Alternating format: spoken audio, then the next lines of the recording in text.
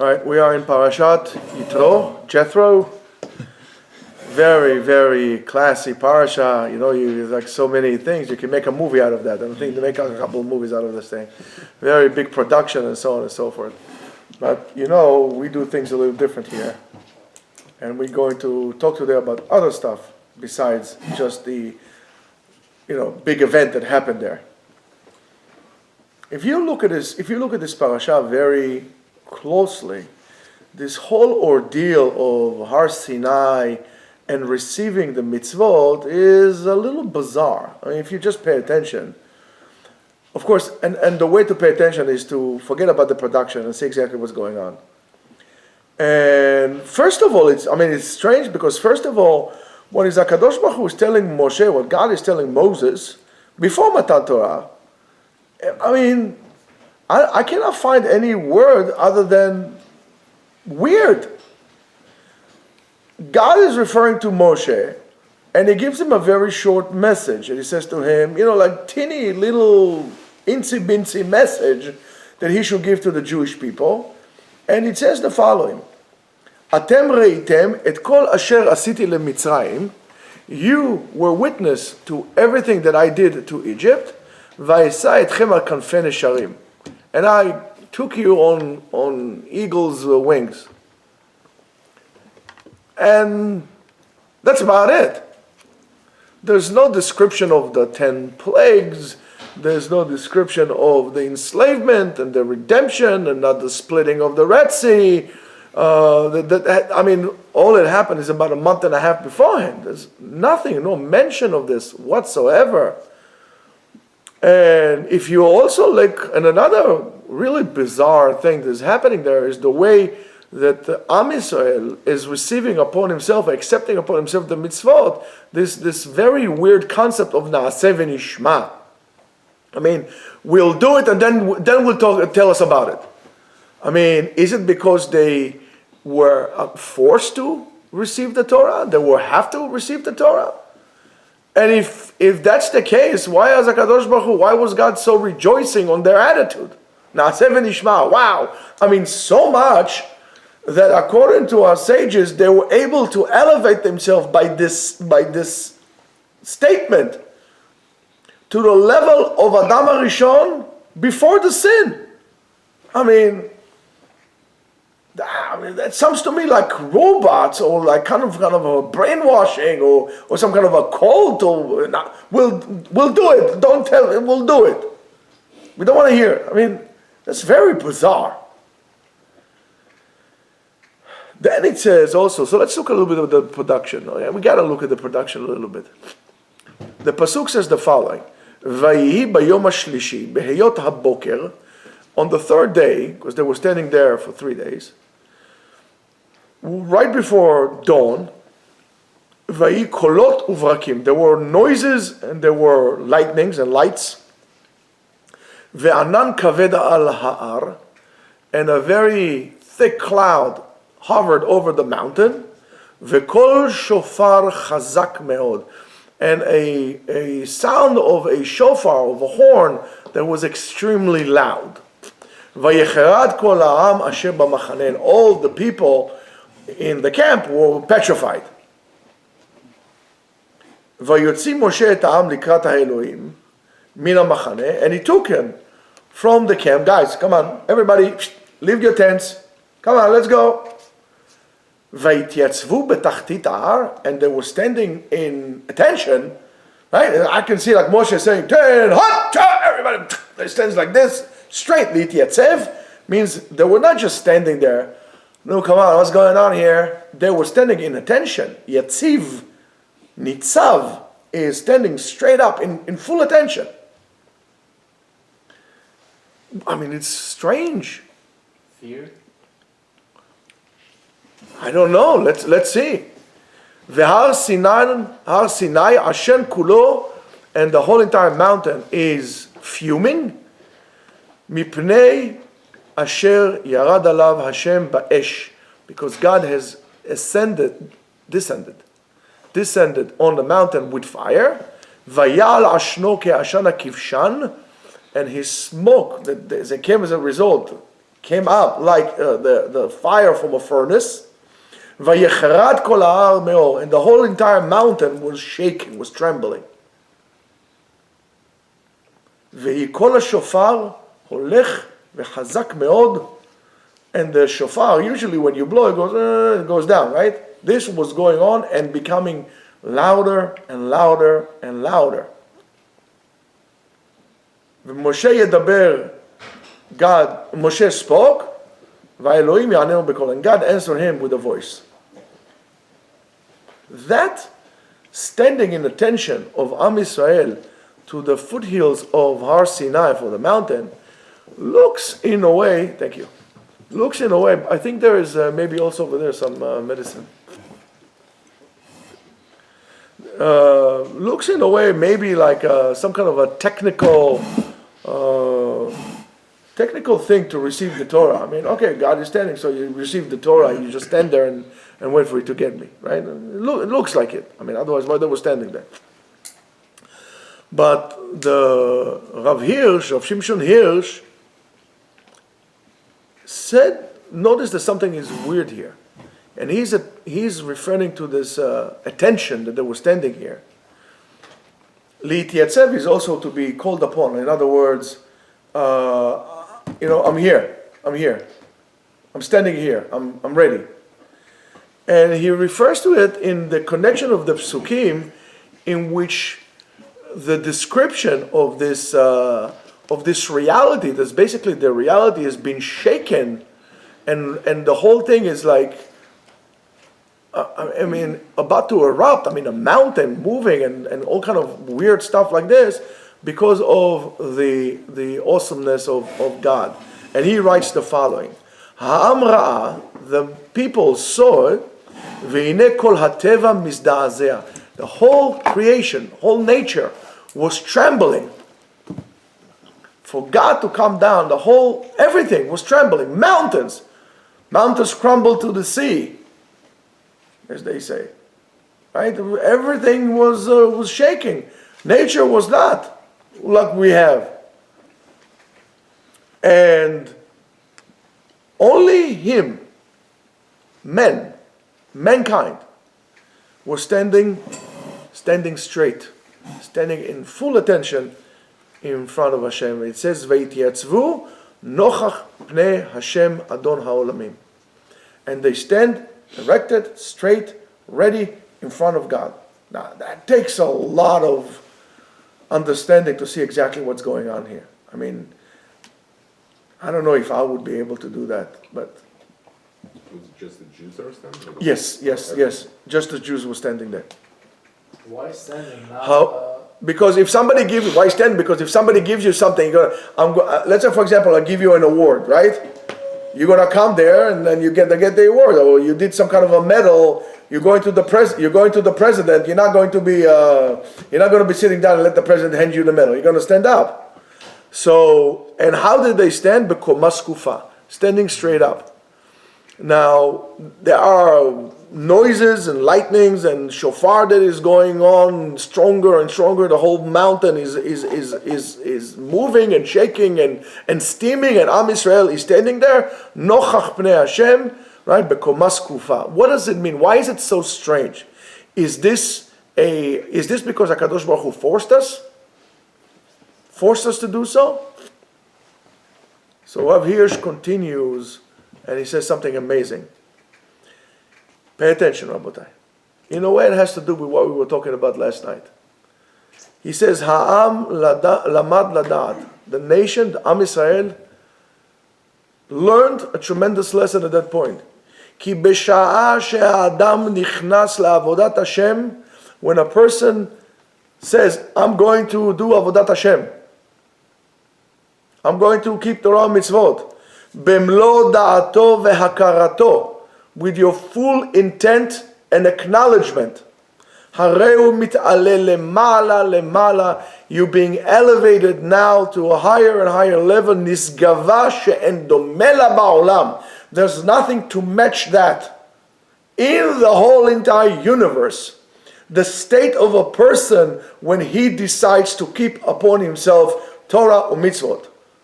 Now you might understand the statement that Chazal tells us, "B'makom sheba'alei tshuva omdim tzadikim gmurim ena omdim," because the Baal Tshuva or Ger Tzedek, when he says, "I'm willing to accept upon myself God's word," he's being elevated to such level that he's the only thing in creation that can stay straight in front of God. Everything else will tremble and fall apart. The attitude that we need to have, but the Rav here says, "Bemlo da'ato vehakarato," with your full mind and your full awareness, with your full intent, not like saying, "Oh, you know what? I'm going to keep Shabbat, twice a week. That's it. And more than that, or twice a month. More than that, enough for me." Full commitment. And that's why when a ger goes to the mikveh, he says, "Ani mekabel alai kol mili deoraita ve'mili derabanan ve'chol minhag." I'm taking upon myself everything. Midoraita, miderabanan, even if it's a minhag, I'm taking upon myself. The Kabbalah of a ger, we learn the converts, the process that the converts takes from the process that Am Yisrael was standing in front of Har Sinai. It has to be a full acceptance. If the ger tzedek says, "You know what? I'll keep everything besides muktzeh." Bye, honey. And enough for us. It has to be Kabbalah Meleah. That's what Am Yisrael at that point had elevated himself to such a level. In other words, they did it with a perfect attitude.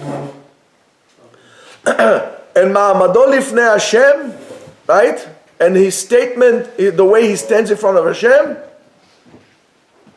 is a closeness that there's no other like it. In other words, an unconditional closeness to HaKadosh Baruch Hu. HaKadosh Baruch Hu is willing to accept you unconditionally. In other words, when a person makes tshuva meleah, he does a full teshuvah, HaKadosh Baruch Hu says it's unconditional. That's why they say if a person does tshuva mi'ahava, and we're going to get to this love business later, when a person does tshuva mi'ahava, even zdonot, even thing that he did on purpose, becomes to him for zchuyot, becomes a merit to him. Why? Because HaKadosh Baruch Hu is now willing to look at anything. You were willing to accept me unconditionally in your life. HaKadosh Baruch Hu says, I therefore will accept you unconditionally in as well. It's an unbelievable thing. That's why when people tell you hear it many times, I love you very much, but when you say the word but, means you don't really mean it. There's no such thing. I love you very much, but I respect you a lot, but better off you didn't say it. There's no such thing as but. Either yes or no. Now, and this unconditional closeness of that a person is able to reach heaven and earth and the whole entire universe are standing behind him with trembling when he is able to stand in front of HaKadosh Baruch Hu straight up in tenhat, in like full attention. And I mean, just think about it. Everything in nature is trembling. Oceans, trees, everything. And you are just standing there. It's almost like this science fiction movie when you're standing there and the whole thing is moving. You just stand there, everything is moving, trembling. It's just an unbelievable ordeal.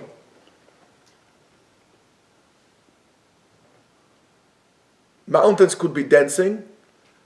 Air is full of noise.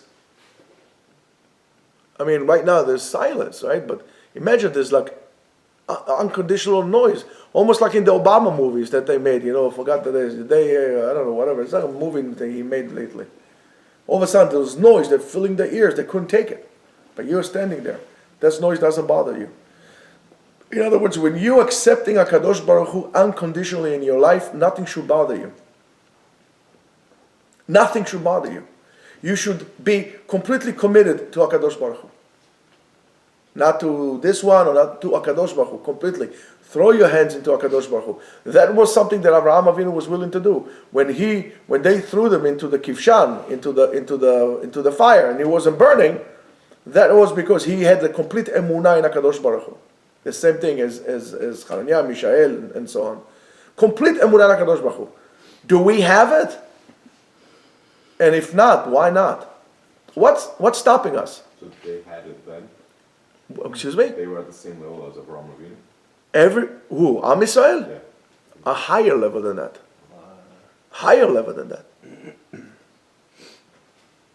So what I want to tell you is, I thought you were going to ask me, so can we do it? Of course we can do it. You need to just want to do it. You need to choose. Now, to only then when imagine there's so much noise. There's so much noise, like this unbelievable, unbearable noise because everything in nature is moving, and yet Am Yisrael is able to hear Moshe Rabbeinu speaking as God is talking to him. I mean, it's almost like a psychedelic, dream or something. This is like, it's unbelievable. It's really unbelievable. And that is the level that mankind, if they want, could really achieve an unconditional closeness to HaKadosh Baruch Hu. By doing so, you are able, if you are unconditionally accepting HaKadosh Baruch Hu into your life, you'll be able to quiet down all the noise around you, all the cacophony around you, the chatter around you, and only hear what God wants you to do. The world today is trying to create such an overwhelming noise for one reason and one reason only, so we would lose track. It's like if I'm going to apply unbelievable noise at you, you won't be able to think, almost like a psychological warfare.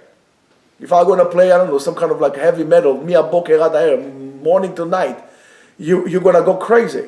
However, if you're able to really quiet the noise down and only hear that, you'll be able to make it. You won't go nuts. As soon as you let go, you're overwhelmed. That's what society, that's what the world outside is trying to do us. With all the TikToks and the schmickmocks and all the other garbage that is out there. To hear all the noises besides the noise of God. That's why it's good to go to nature. You don't hear all this craziness.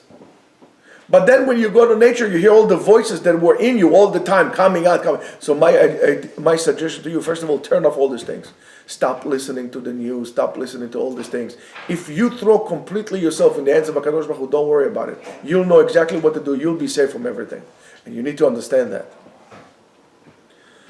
But that level, or reaching this level, is dependent on entering yourself into the gates of God. In what we call Avodat Hashem, becoming God's worker, into the realm of God. And when you enter, one needs to enter, Chazal always tell us, fix yourself in the hallway before you enter the main room. Or fix yourself in the corridor before you enter the grand hall. In other words, what's your attitude? You can't come in to Avodat Hashem, you can't elevate yourself if you have an attitude. You can't.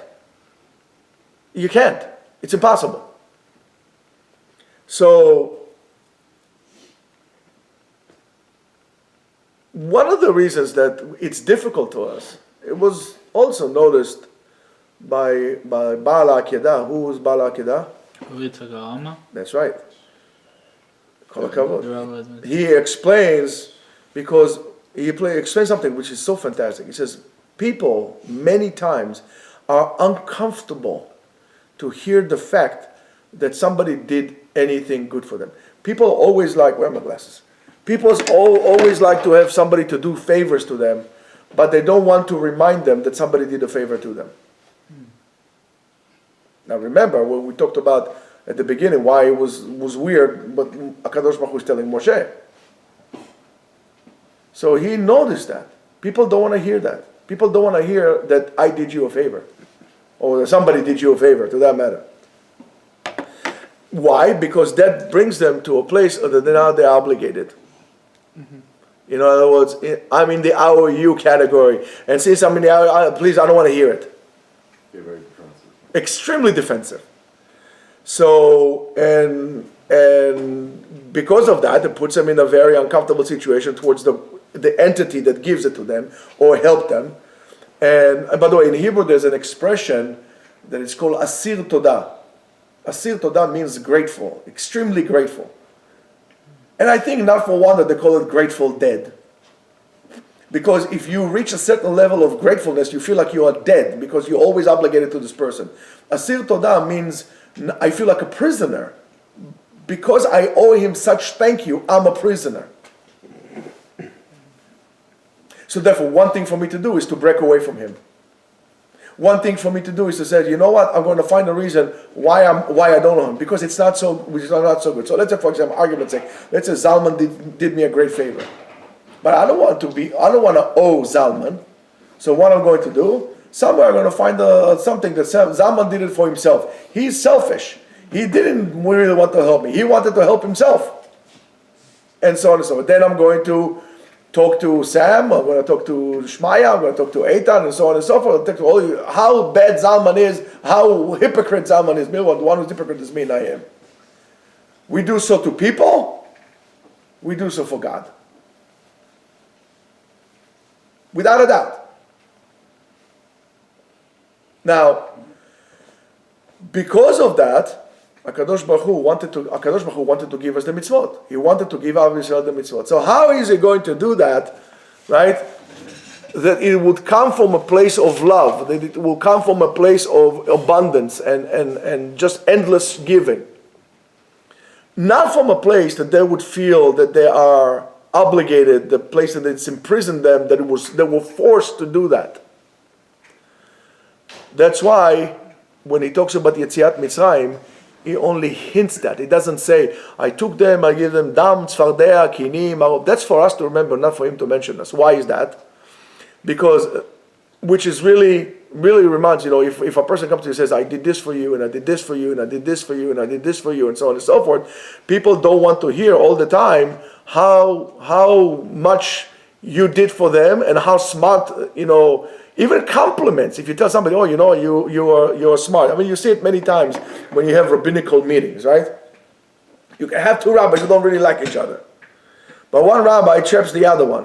He says, Harav HaGadol, HaPatish HaChazak, Talmidenu HaChacham, HaAhuv. Now the other rabbi comes and says, they have to give him more compliments. and it's like so bizarre, because we know they don't really like each other, but they give each other compliments like this all the time, right? Because now they are imprisoned in the game. So people don't like to hear that, and later on you kind of, if you forget, you feel small, right? If you don't do it or you don't say it, you're feeling kind of making the other person small, or you're feeling yourself becoming small. If a person says, I did this for you, you will feel small. That's the resentment that people have, and which is a very slippery slope all the way down. So sometimes you need to remind people good experiences or good things that happen in order to really root the foundation of the relationship, and how that had happened many times, and what they talk about glory days. What do I mean by glory days? Just the famous Bruce Springsteen song, right? So let's say, for example, let's say Eitan. So I say, Eitan, do you remember one time we was sitting over there in Texas, we had we was doing the fire pit in Texas and smoking cigars, and remember the whiskey? It was good whiskey I brought you, right? So when we reminiscing somewhat on the past and reminding each other, and Eitan would say, oh yes, but how did you like the cigars that I got for you? And I said, oh, that was great. So by saying that, we kind of enhancing the relationship that we have. In other words, even good relationship needs to be enhancement all the time. That's why it's very important to also, when you're married, to maintain this relationship with your wife. One of the things that helps Jewish couples to maintain that relationship is the avoidance that they have during the time of Nida. All of a sudden, you're not accessible for each other for 2 weeks. And that's what we say, when a woman comes back from the mikvah, right, the husband desires her as much as he desires her, hopefully, as much as he desires her at the time of the wedding, the first time that, under the chuppah. because she was not available for you. And I remember, why did I marry this woman? Oh, he's a yofi, he's a yofi, he's a yofi. It was such wonderful. And that relationship needs to be maintained. And it's good to, remember when we went to, whatever we went to, or the trip that we took to Glacier Park, or the RV trip that we did to Fairbanks, or we went on the Delta. Oh, yeah, that thing. And remember the food that I made for you there? All these things make the relationship stronger. It's good to remind each other sometimes of the good things that we did to each other, but don't get under the other person's skin. Now, sometimes, by the way, even if you don't get into the other person's skin, you did so much for them, so they would resent you. At the end, they're going to resent you. It's a very, very dangerous, fine line to walk. It's thinner than a spider's web. A thread of the spider's web, because in one hand you learn to give, you want to give, you want to give, you want to give, you want to give, you want to give, you want to give, you want to give. But then at a certain point, those people are not able to receive because they are in darkness themselves. Their kli is not appropriate to receive all this giving. So since they are in darkness, they're going to reject you. And they're going to therefore do the opposite. They're going to reject you, and then they're going to resent you, because they don't want to acknowledge that all that they got is because of you. And that's true to employees, that's true to husband and wife, that's true to friends, that's true to Rebbe and Talmidim, that's true to any interaction of two human beings together. Always. That's why when you have a relationship, when you married or about to get married, make sure that it's a relationship, that it's a two-way street. The one side gives and the other side gives, and so on and so forth. If one side always will be the one that's giving, at the end you're going to rebel against it. And not that the other side is doing something bad. It's simply because your kli is not. Sometimes people will give you so much they will choke you. You need to also move back a little bit. But most of the time it's because your kli was not ready. You are in darkness. Your kli cannot receive all this goodness that comes with the light of giving. And it's important to give. It's important to give so you can receive. It's a cycle. It's a cycle. You give, you receive. You give, you receive. Call it the Jewish yin yang. I don't know what you call it. Call it Al for all I care. But this is all what it is. Lilmod al menat lelamed. Always moving for one time you give, one time you receive. One time you give, one time you receive. Nature is like this. If you look at the ocean, the waves, they come and they go. They come and they go. They come and they go. If the ocean is only calm, you're going to have tsunami. That's what happens with tsunami. Martial arts is the same thing. You don't have one movement, forward. You have in, out, and so on and so forth. Everything is like that. Talking about martial arts, this is going to be also the refuah shlema of Chaim Israel Halevi ben Batya and Mazal bat Leah, ulehavdil, le'ilui nishmat, hold on one second, le'ilui nishmat, Freya bat Sarah, v'Chana Belo bat Sarah, the two sisters who just niftar this week, unfortunately. So, when you have this reminders to enhance this relationship, right? So for sure it's legitimate to do it because you're doing it for the purpose of enhancing their relationship. So here Kadosh Baruch Hu is doing the same thing to us. That vessel, right? That of understanding that is the vessel that really helps us, which is really being humble. If that humbleness would able to do so, would give you a more open dialogue. You're able to talk to people. If you are not humble, I'll tell you what, if you're not humble, you're not going to be willing to receive also. So a person that rejects and resents is also a very arrogant person. He's not humble, he's arrogant. He is even narcissist at a certain point. When you do that and you start with humbleness and then you able to enhance, everything becomes more out in the open. Everything is clear. There's no hidden agendas. Everything is right there. You could therefore give more and donate and give and support more and more and more. And this is how things become better. Now, whether it's a society or whether it's your wife or whether it's yeshiva or whether it's a shul. But you have to be humble. Now, you have to understand it's not always people, and especially Israelis. They have a tendency to say what they want. Everybody, and by the way, everybody thinks they're like in a major therapy the rest of their lives. Therapy all the time. I have to say what I feel, and then some people take a lot of pride of I spoke my mind up. They don't. But that's for imbeciles. Because it's not only what you say. It's also how you say it. You could bring people closer, and you could push it away, and it all depends on that intuition. And you could really take even when it comes to negotiation. You're about to close a deal, right? Because any kind of give and take is basically a negotiation. We're talking. So. I mean, if you just take this into yourself and don't feel that you are so special and entitled, you'll be able to communicate and negotiate much better. Now, the more that you don't show and wave, oh, I did this for you, I did that for you, I did this for you, even if you're hinting, I did this for you, and so on and so forth, the more it will be. The deal will be able to, as they say, you'll be able to nail the deal. You'll be able to get your point across what I'm trying to say. So, that brings me to the point, and another pasuk that it says, a very interesting pasuk that it says, and of course, receiving and kiyuma mitzvot, establishing the mitzvot, that depends on the pasuk that says to le'ohavei torati v'shomrei mitzvotai, which seems a little bizarre. What does it mean?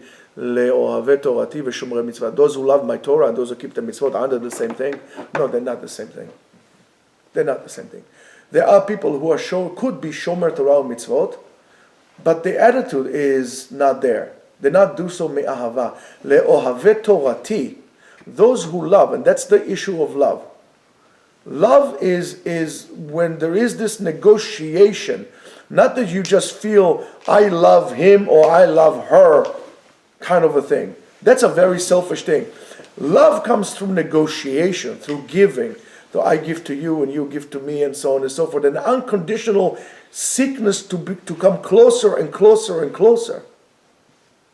Le'ohavei torati, those who seek my closeness, who really unconditionally willing to commit themselves to me.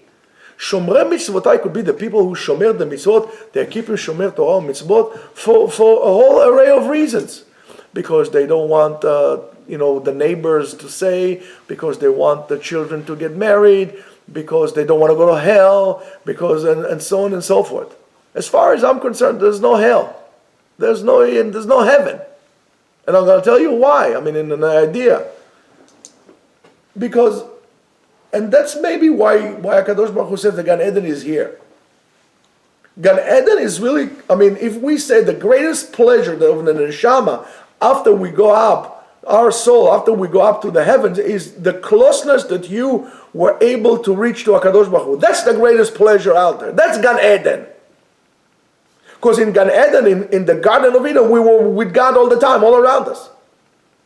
So the more you draw this tension in this world, seek closeness in this world, the further your arrow will be able to go up, and you seek closer to HaKadosh Baruch Hu. And that's only could be done through love. That could not be done for any other ulterior motive.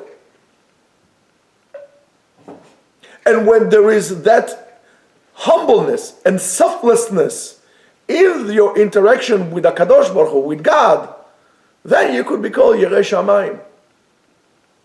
Then you are called Ohev Hashem. Shomrei mitzvotai is the people who have or do the mitzvot, but for any other reason. Le'ohavei torati u'leshomrei mitzvotai. Which is a very big lesson. In other words, it all depends on your attitude. Why are you doing what you're doing? As I said here to you yesterday, even in and especially, should I say, in Avodat Hashem, a person should strive to excellence, to do that as best as he can, above and beyond. Like, for example, let's say it's your wife's birthday, right?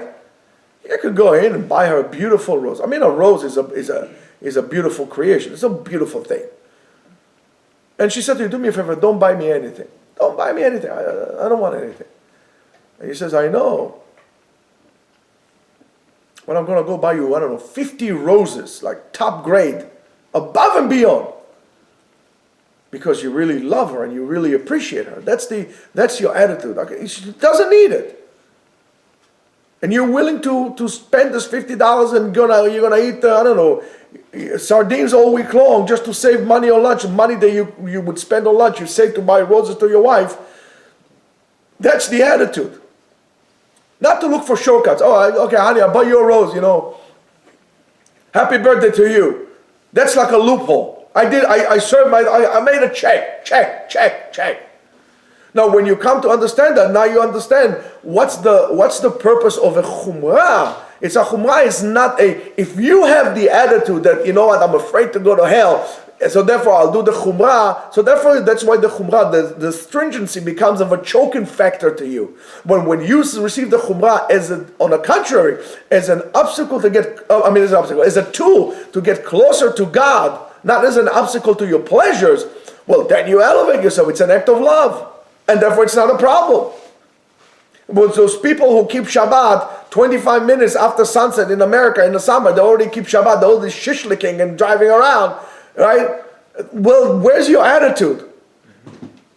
Where's your attitude? If I would be your worker, God forbid, if I was your worker, and it says, excuse me, I need to work here, what time? 9 to 5, not a problem. 9 o'clock I'm here, 5 o'clock I'm out of the door. You will come and tell me, listen, one time, just stay 10 minutes longer. What's the big deal? I mean, I pay you on time, stay. No, my job is 9 to 5, that's it. But if he comes at 8:30 and leaves at 5:30 and doesn't say, boss, I stay there, can you give me a raise? He doesn't because there's work to do, it needs to be done. I need to come in and do it. When it comes to fire people, he'll be the last one to go, I'll be the first one to leave. Because it's your attitude. Do you really seek closeness to HaKadosh Baruch Hu in your life, or are you just full of it? Are you paying lip service? Are you a chicken? You're afraid to do it? And if it's important to you, do it. And that attitude would linger throughout your life in everything you do. Don't think that you'll have an attitude with God, but with your wife it's going to be okay, because you're going to get a wife that have an attitude towards you as well. Because HaKadosh Baruch Hu will match you, your pair. You have an attitude, she'll have an attitude. That's the way it works. She's your mirror image. And that learning, it's so fundamental on the levels in which we could reach through the entrance to the gate of what we call Avodat Hashem, worshiping God. Am Yisrael learns when they're standing at the bottom of the bottom of the mountain, and really prepare themselves to receive the Torah. So when the Torah tells us that the commandment of Ani Hashem Elokecha, I am God, the first commandment, I am God, Ani Hashem Elokecha, or as the Rambam says, Leha'amin sheyesh Eloah, to believe that there is God, to believe that there is God. Maybe it's more than just the word, because we always interpret the word emunah with belief. I'm going to tell you that maybe something completely different now. Something completely different. Because a person could say that he believes in God, but the mitzvot, as they say, not for me, I'm not there yet. I believe that there is a God. But listen, I like to go on Shabbat to the beach to have some, shrimps on the barbie or whatever it is that I'm having. I believe that there is God. The mitzvot are not for me. But That's why maybe we should explain to understand what really emunah is to create a system of emun. Emun means trust, of trust. And trust in who? Trust in HaKadosh Baruch Hu, like a couple that are lovers, that they love each other.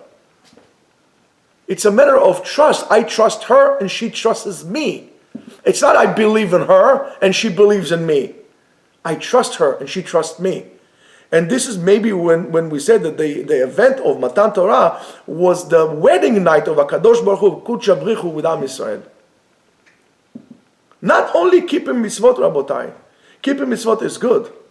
But keeping mitzvot from what we call trust, which I'm going to put you, only can come when you love someone, when you feel one with someone.